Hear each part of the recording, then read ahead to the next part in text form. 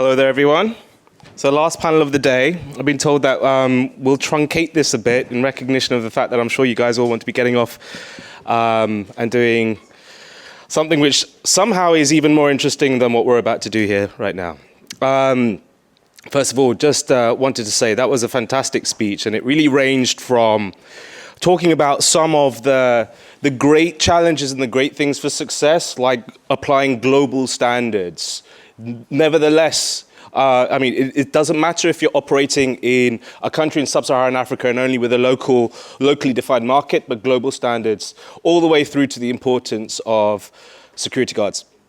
But I think one great phrase you made there, and that's my last segue into this, I thought if I had to summarize one phrase you said there, it's, I'm an engineer, I love to solve problems, but I can't do it alone. So I thought that was fantastic. Okay, so just to talk a bit about this panel and what we're going to be doing here. So this is the panel about entrepreneurship and innovation. And in the theme of breaking myths about success, if there was ever a panel that was going to be about breaking the myths about success, it's going to be this one, with a bunch of very seasoned, grizzled, I think I heard, operators who know really what it's like down on the ground and have seen the stories and seen some of the ridiculousness that some of us know well. And we'll share some of those stories today. We have in this panel a very interesting group. I'll briefly introduce each of those. I would say, though, first of all, before I go into the individuals, entrepreneurship and innovation is a very broad space, isn't it? And I think this panel reflects that breadth. We've got some very different characters here. I think 3 out of 4 of them have arrived, or all of them are here now. And I would classify them each under the following label. So we have one which I would call the serial entrepreneur that has now moved into a different mode, focusing now more on corporate entrepreneurism. We have a grizzled operator who's built his empire piece by piece and is now in 3 countries with operations in further surrounding areas. We have a myth breaker who's out there publicizing what Africa is really all about rather than the outside-in view. And we have a disruptive innovator. And I'll let you try and guess who I mean when I read out their profiles. So, first we have Sean Obedi, the founding partner of Sobek Ventures. Sean is an award-winning serial entrepreneur. He created Not Plus, a brand of skin-toned first aid products in 2007, and subsequently became the co-founder of Founders Hive, an advisory firm for tech startups. He also recently founded Sobek Ventures, an entrepreneurial Pan-African M&A boutique.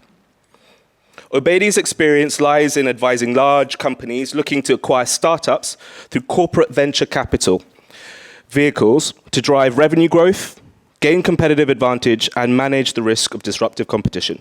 He also serves on various boards, both in the UK and Africa. And in addition, he's currently writing a book named Innovate or Die Trying. I like the intensity. It sounds like an album from 50 Cent. Doesn't it? Anyway, all right, so good placement, I like it. Which is a guide for large companies to co-innovate with startups. And he holds a BSc for Business Enterprise from the University of Buckingham. Our next panelist is Tunji Olugbodi, the founder and director of Verdant Zeal. Mr. Tunji is the group managing director of the emerging multinational marketing communications group Verdant Zeal, and that has offices in Nigeria, Ghana, and Gambia. He rose through the ranks in marketing and did that through several companies, working with SAAL Advertising, PromoServe Grey, and Prima Garnet Ogilvy, where he championed innovative marketing strategies using 360-degree tactics, no less, to execute major campaigns. After over a decade, he retired, though, and became the executive director and started to establish Verdant Zeal in 2007. And in that relatively short period of time, he's established it to get to 5 other corollary enterprises with specialized brand marketing functions. And It has been established as the first indigenous advertising agency to acquire marketing communications agencies in sub-Saharan Africa. And for those that don't know the sector that well, a lot of the action actually seems to be from big multinationals forming alliances. What's very interesting is this is actually an indigenous company really growing a very powerful footprint. He serves on several boards of emerging conglomerates. He was also the coordinator of Nigeria's first global advertising campaign on CNN in 1994, and was also the first chairman of the Lagos Advertising and Ideas Festival, the industry's first creative awards. He's a prolific speaker, and he's here today to speak to us as well, on both customer service, marketing, leadership, public relations, risk, and crisis management, amongst others. And very interestingly, he is the fellow of the Advertising Practitioners Council of Nigeria, the Nigerian Institute of Marketing, and the Chartered Institute of Marketing London and Institute of Directors, and also convenes the Innovation Forum, which brings together over 1,000 business leaders. We also welcome Jaco Moritz, who is the publisher of How We Made It in Africa. So Jaco is the founder and publisher of How We Made It in Africa, the award-winning Pan-African online business publication. This was established in 2010, and the publication is read by well over 1 million people every year today. How We Made It in Africa's advertisers and clients include some of the biggest companies operating in the continent today, so including DHL, E&Y, KPMG, Vodacom, and the list really goes on and on and on.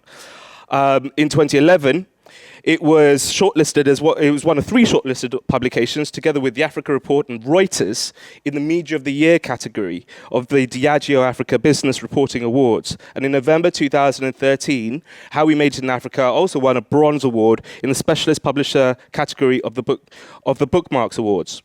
The award recognizes in excellence in digital media and publishing. And he started his career in a South African media company called Media 24, working on the online offerings of some of the country's most well-known newspapers, including Die Burger. Oh God, this is going to be very hard for me to read because my Afrikaans is terrible, but I'll try. So Die Burger, Bild, City Press, Saki 24, and Volksblad. His interest in Africa's business environment started when he took on the editor position at a Nigerian publishing publication. And he's a regular speaker on various issues relating to business on the continent. And he holds a BA in Information Services from the University of Stellenbosch.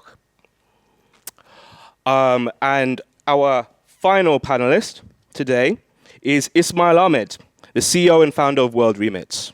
So Ismail has over 20 years' experience in international remittances, having worked as an academic researcher, compliance advisor, and consultancy for money transfer companies prior to launching World Remit. Ismail has a strong background in formalizing the remittance process and aims to reduce the fraudulent activity which is associated with the industry. His previous roles included compliance officer at the United Nations Remittance Program, which was created to help East African money transfer companies comply with stringent new anti-money laundering regulations. And he holds an MSc with distinction and a PhD in economics from the University of London and an executive MBA from London Business School. So I'd like to welcome the panelists to come and join us here.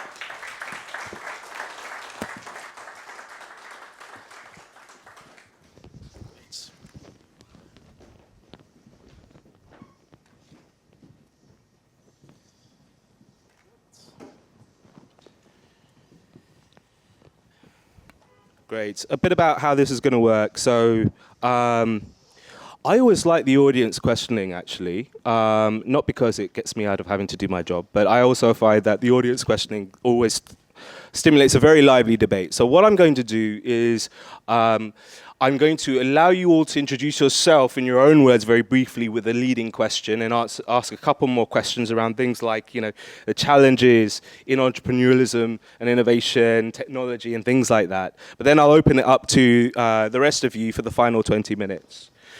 So, in a segue to my first question then, I just wanted to talk on the theme of myths and real challenges in entrepreneurship and innovation.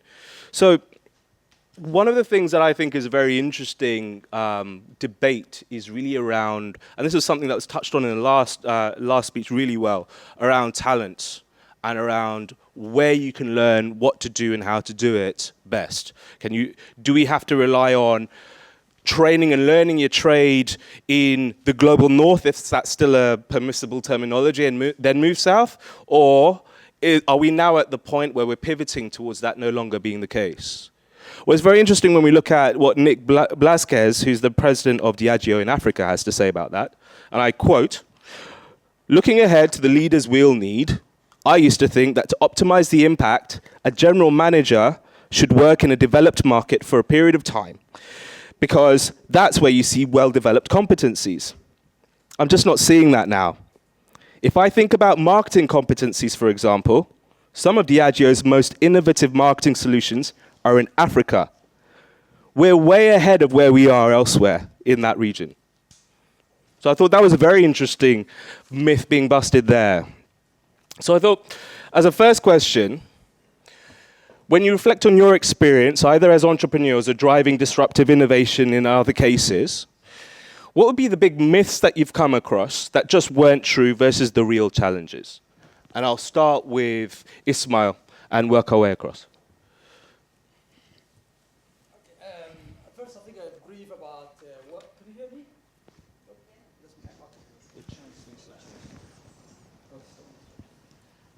First, I think it's a global online platform that enables migrants to send money back home. We operate in 35 send markets.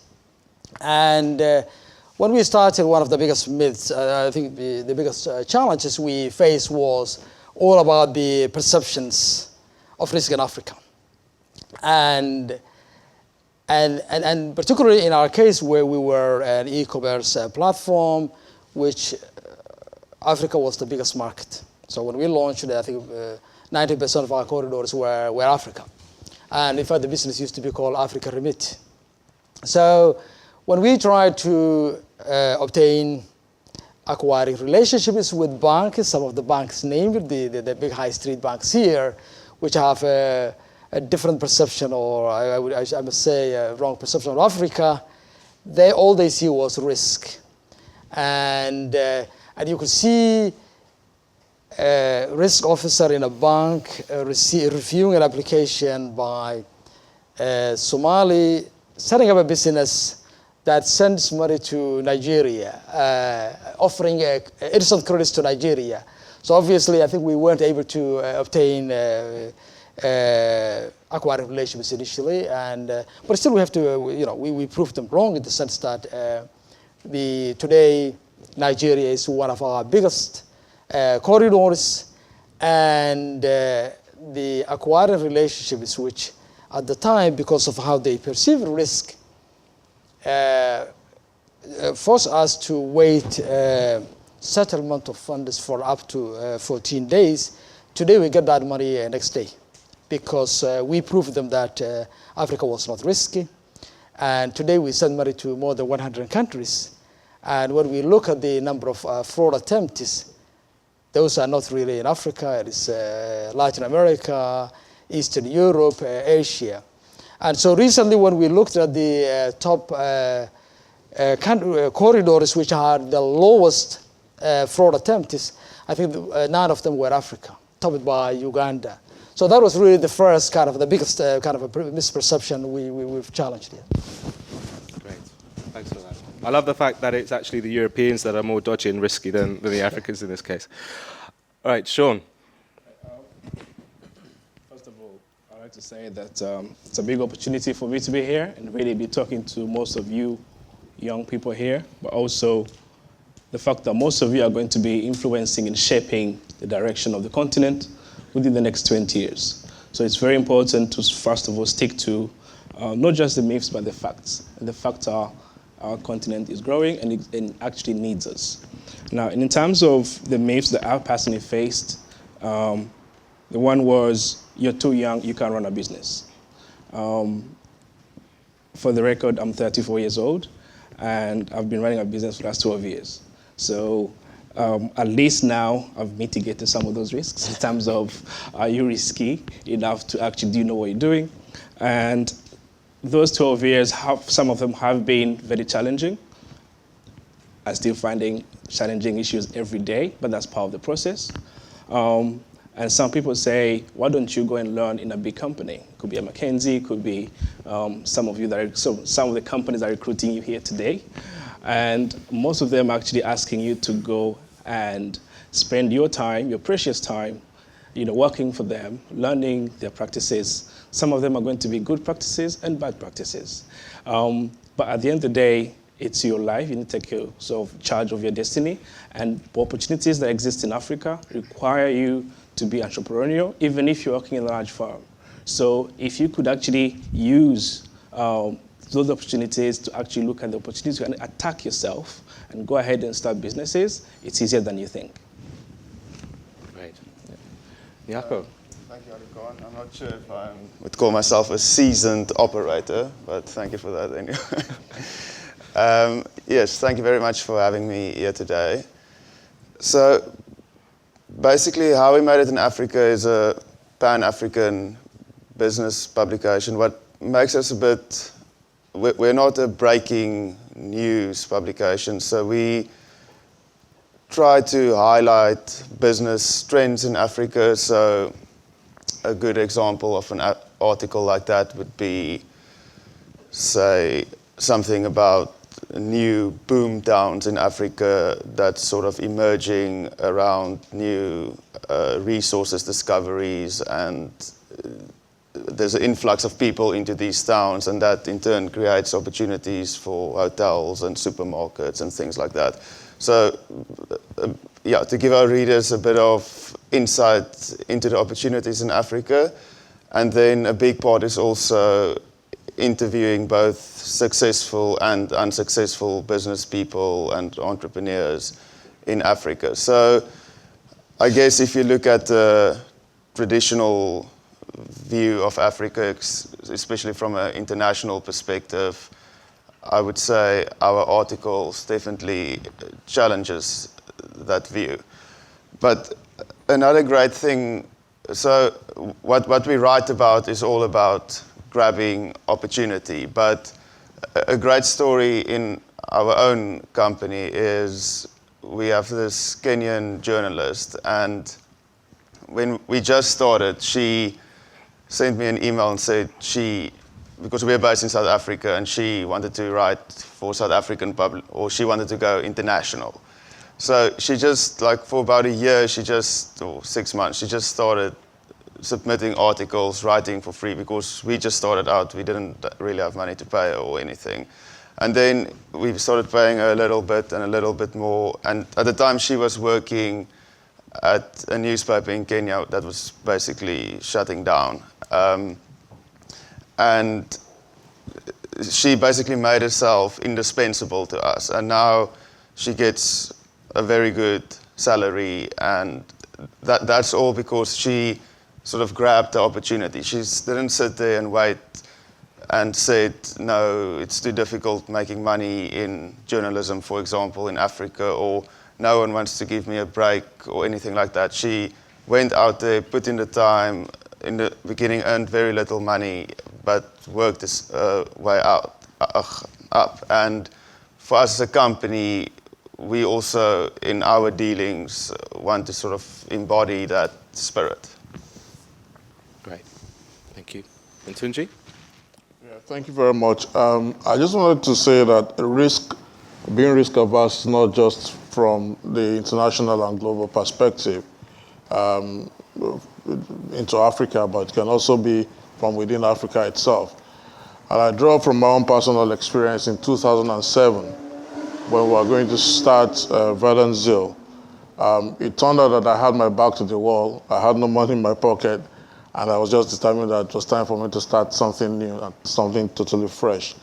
And please understand that I've been part of a company for 16 years that had been a phenomenal success. So I had to practically more or less reinvent the wheel. So I could relate with what Aki said, because at that point, it fell back on what I call the integrity, because obviously there are people who have been watching you develop and how you've been operating over a period of time in terms of your own professional output and competence, and also has to do with trust, which obviously, again, I think, even on a global basis, in very short supply. So I had a situation where in 2007, typically, in Nigeria, it was an election year, and in speaking and reaching out to people, they were very, very reluctant to want to invest in Verdenzil. But then conversely, I also had people who never knew that I was living, and when they heard, and who knew me by reputation, walked up to me and said, here is a cash, a bag of cash, go do whatever you want with it. So it's quite interesting that being risk averse is not just an international thing. The other thing that I think we compete against, apart from issue of perception, is also about convention. The convention is that typically in an election year, people soak up money in countries like mine. Money is very short supply. And people are very wary of what's going to happen when there's election and all of that. But it also turns out that it's the same year that we decided to start, and we did start, and we started very well. Today, 7.5 years later, we are in a good position, a discussion with one of Nigeria's biggest agencies, much more bigger than we are, like 20 times bigger than we are, and they're talking to us to buy them over. 7.5 years later, we are operating out of Accra in Ghana and out of Banjul in Gambia. Again, I take this to, I attribute this to very strong corporate culture that we decided was the mainstay for us from the word go. And I think much more important is also the fact that when there's integrity of purpose in terms of your professional output, people always see through this. So in 7.5 years, we've had the privilege of working in every major sector of Nigeria's economy. And some of these are very high profile accounts, which in itself also meant that people see what you do and they're willing and able to knock on your doors. So for me, the myth is really, if somebody says to you it's impossible to be done, then know that that's possible. Typically when anybody says to me, oh, it's not possible, then something in me just sparks. I tell you that it is possible. In fact, the more you say it's not possible, the more I want to prove that it's possible. So it is possible. Great. So we had an earlier panel today talking about finance and some of the challenges around both deploying finance well, but also the availability of that finance, especially for SMEs, especially at greenfield or seed level. I mean, how important is access to seed capital and growth capital in starting a business? And is it the most important challenge, or are there other more important challenges than that facing entrepreneurs in the countries that you know well? So perhaps Ismail, you can start. I think, I would say talent first is the most important. I think I was able to raise a lot of money.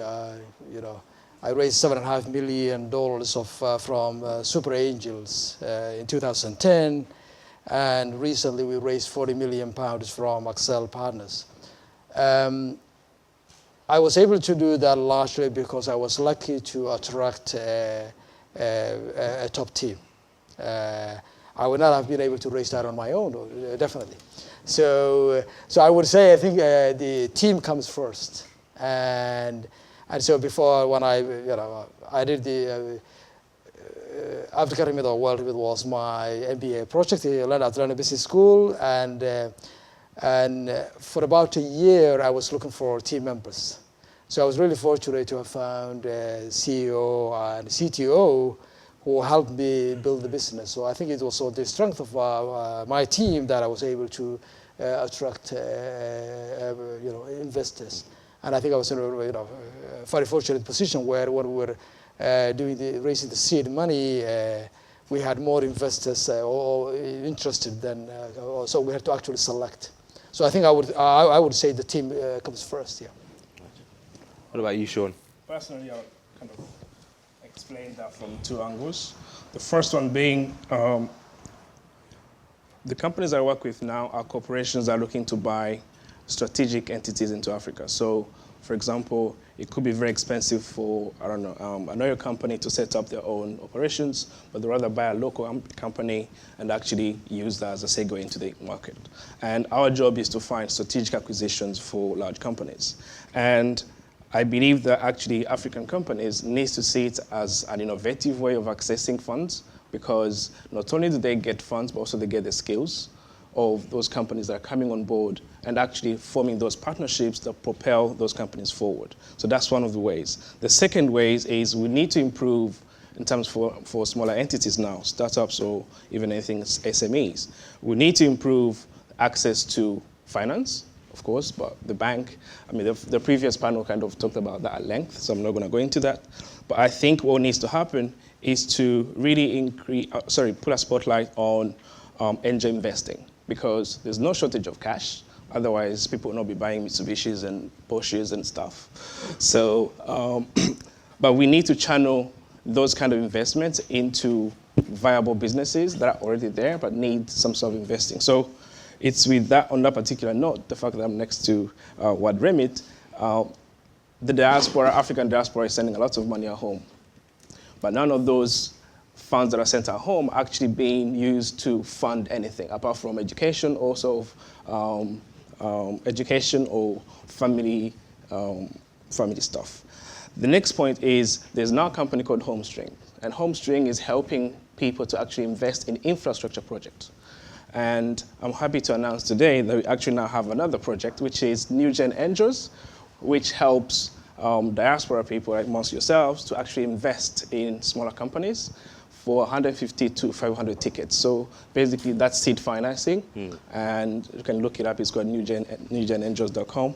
And the reason why I want to do that is because we're starting to see many professionals wanting to go back home and actually be involved in companies. And the best way to do that is to actually invest in that company when you stay here, get to know the company very well, and within 12 to 18 months' time, then you have an understanding of what the market is, but also you can go in and actually start working with them properly. Great. So, I agree with Sean. I would say both for our business and what we see in parts of the rest of the continent, and I'm now specifically talking about smaller businesses, not a big, if you want to start a big oil company or buy a bank or something like that. So I would say one of the greatest challenges is mentorship. And I think a lot of people have a lot of great ideas, but executing on those ideas is sometimes an issue. And I don't think there's enough people, or there's a model, properly working model that gives these entrepreneurs that support. So I also don't think there's a shortage of money. If you can give an possible investor or someone lending you money a good business plan and the numbers make sense and they have faith in you executing that plan, they would give you the money. But I think a lot of people don't have the experience, the numbers don't add up, it doesn't make sense, and that can be rectified partially through better mentorship. We get a lot of calls of people wanting to partner with us.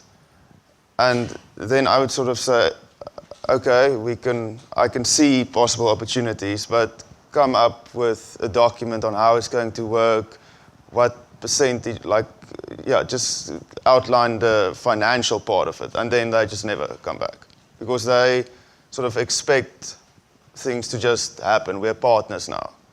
And, okay, what now?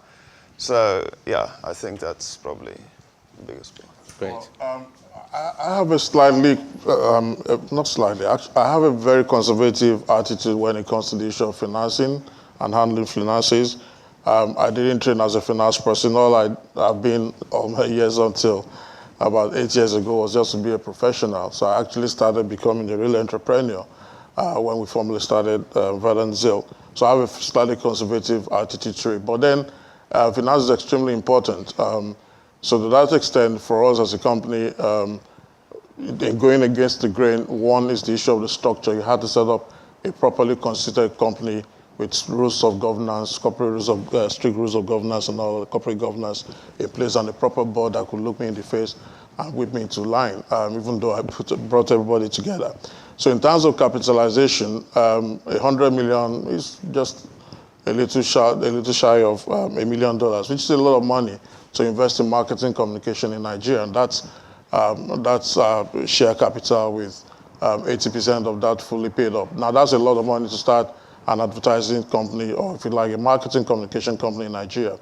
The second thing is also that from that, we were able to not only establish ourselves, but to approach the business in a totally different manner.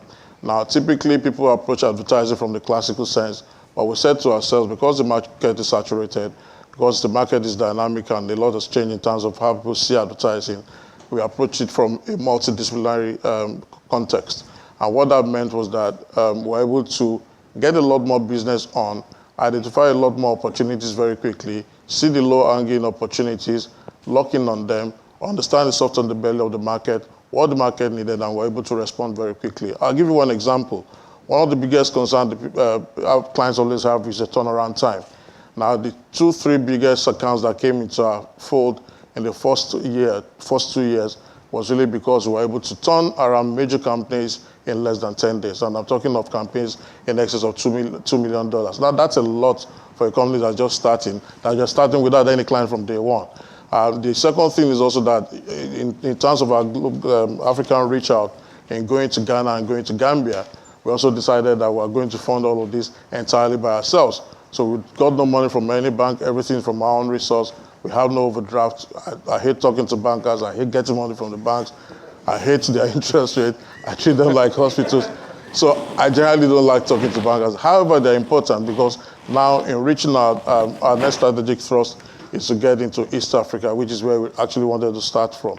But we need more help in that respect. The other thing that has happened in terms of the perception is that within 2 years, we had global companies coming to us, knocking on our doors, wanting a partnership, but it was going to be one of subservience, and we said no. Because when they did all the due diligence and did the evaluation, it was a lot much higher than what they were willing to pay for. So we see ourselves as competitors to them and not as people that we should take handouts from. And I think that's what happens when you understand the context of how you should play and what your role should be in the market space.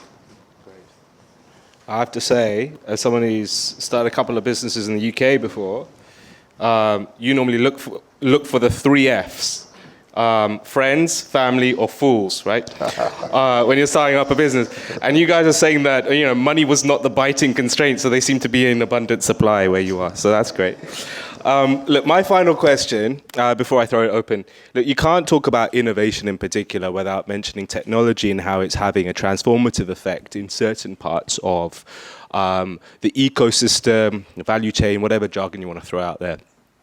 What I would love to get your views on is not necessarily how technology is transforming your own business, because I know you can talk about that all day, but I would love to hear from you, what are the really exciting or breakthrough ways you're seeing technology being used in an innovative way, either in your industry or other things that have really resonated with you? So, Ismail. I would probably say the most important innovation in Africa has been around mobile money transfers, which I think we hear a lot about M-Pesa, and people say that M-Pesa is a unique case. I think that is not the case. That happens to be in our industry, and of course we work with a lot of the wallets in Africa, but I think we have probably at least 10 wallets now which are competing with M-Pesa in terms of how fast they're growing. So in the case of Zimbabwe, we have EcoCash. It was launched in October 2001, and today they have more than 4 million users, and they have already processed several $1 billion. A big chunk of Zimbabwe's economy now goes through EcoCash. We launched a partnership a few days ago, and we think they will be bigger than M-Pesa. In terms of international remittances. And I say that when we send we send tens of thousands of transactions a month to M-Pesa, So I think that has been really probably the greatest transformation within Africa.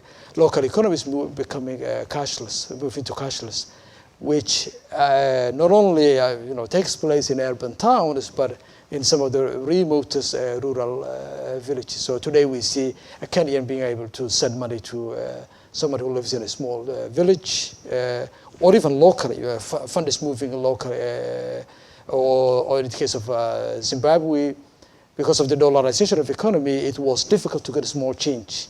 Today, someone in one of the remotest village can use the wallet to pay for goods and services for less than $1, basically. That kind of divisibility, which was impossible. I come from Somaliland, and the economy is largely cashless now. When I went back, I never touched cash because the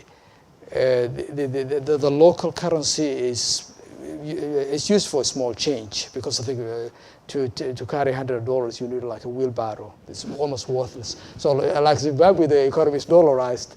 So the problem with dollarization was if you had relatives abroad and you received remittances, yes, you could participate in the dollar economy, or if you work for NGOs or large corporation. But a lot of the local producers, farmers, were using the local currency, which, depending on whoever is in power at the time, was getting devalued whenever the government decided to print a currency, which was not affecting the dollarized economy. So the local wallet enabled some of the poorest local producers to participate in that now. And I think I think that has been probably one of the biggest transformations, and that is a technology which is really having a great impact in Africa. For me, I'll talk about entrepreneurship ecosystem as a whole. A few years ago, many young people coming out of universities, or many young people kind of looking to get into business, never had any other opportunity apart from, once again, consulting or whatever. But now technology has opened up a possibility of actually creating a tech startup. If you look at the Kenyan economy, how it's growing, is largely depending on Kenya having a lot of innovative, good startups. If you look at what's going on in Nigeria for the time being, and large companies are also starting to invest in that. So you see, hubs like iHubs in Kenya, you see CC Hub, which is all corporate funded. And the reason is because, A, that's where most of the innovative ideas are coming out of from, but at the same time, it's easier, and as time goes by, because of Moore's law, basically it's gonna get easier. And I think we have a really unique opportunity because we have the largest population of young people, and with the cost of doing business, cost of starting a business, scaling a business is a different question, is actually kind of lower. So that means we're going to get more numbers trying to get into businesses, trying to start businesses using technology. So that's a good thing. Great. I agree with Sean. I also think, although in Kenya, for example, you're seeing a lot of these tech startups, and some people say there's too many, but the point is a lot of these people probably wouldn't have found a venture to pursue their entrepreneurial dreams if it wasn't for that, because it's difficult to start a new supermarket chain, or like most businesses require a lot of money, and especially if you've got a very innovative idea, you can actually start it with very little money, and as it gains traction, or as you see that it starts working, then it will probably need a bit of investment. But you can really try it out without that much money. And even if it doesn't work, then at least you would have learned something about managing one or two people, about a few business things that you can then take forward from there. And what's also interesting for me is how you see all these more hardware technology companies. You've got like these mobile phone manufacturers in Nigeria. There's this Chinese company called Techno, which exclusively manufactures in Africa. And just how all these players are basically taking on multinationals like Samsung and Nokia and these people. And yeah, that's just quite an interesting trend for me. Yeah, I surely think technology is going to drive everything across the board. And I'll just give a few quick examples. Number one, the retail culture in Africa is growing, especially so in Nigeria. And that's changing the habits and the attitudes and the purchasing power and how people access consumer goods in Nigeria. A lot of people now go online to buy because now they have access to the use of the cashless society and all of that. So that's one huge opportunity that I think is still on tap. When you look at the tele-density of over 70 million, or is it 80 million now subscribers, that's number one. Number two has to do with the digitalization, the migration to digital technology fully next year, especially with broadcast. I work in media, marketing, communication. And if you remember that recently when Nigeria rebased its economy, the biggest subsector now is service. And a significant part of that is made up by entertainment, content, music, and so on and so forth. That's huge. That's massive, especially when you look at the fact that people are very hungry for content. So one of the buzzwords that you find around my people is co-creation. That's something that we're going to be working big on, because people just love content, and people can never get tired of content. So that's going to help in terms of the digital, taking advantage of the digital divide. I think the third thing has to do with the whole manner in which business itself is conducted. Way back in the 90s, I used to do a project out of Ghana, and I could be traveling to Ghana, which is just 45 minutes away, for a whole day, being at the airport because I'm never sure where to get the flight and so on and so forth. Today, I can virtually decide that I'm going to Ghana in 30 minutes, get to the airport, pay for a ticket, and get on the next flight. So all that has changed the way business is conducted and the way commerce is done. So I think technology clearly is one huge advantage. So each time I hear people talk about reduced opportunities or lack of opportunities and business in Africa, and especially in Nigeria, I just shake my head, because frankly, I think part of the challenge for us is the mindset that is not trained to identify what you call the islands of opportunity. And I think if you look at technology as its heart, then you can work out the mathematics. Great. Just to add on that, another very big clear area that actually many people are now really kind of starting to kind of zone into is the migration to cloud in terms of businesses and how things, the enterprise side of things, how it's done. Because there has been a one sort of leapfrogging, which was mobile versus landlines. And I believe that the next leapfrogging sort of effect is going to be in hosting businesses in cloud, because most of the African businesses don't even have a website. So they're now kind of coming in at the point where they can go straight onto cloud, and it's a bigger opportunity than what the other side was, the large infrastructure was. Great. I think this theme of leapfrogging opportunities is going to be a very big one for the years to come. I'm going to draw a line under it at this point. So thank you very much to our panelists.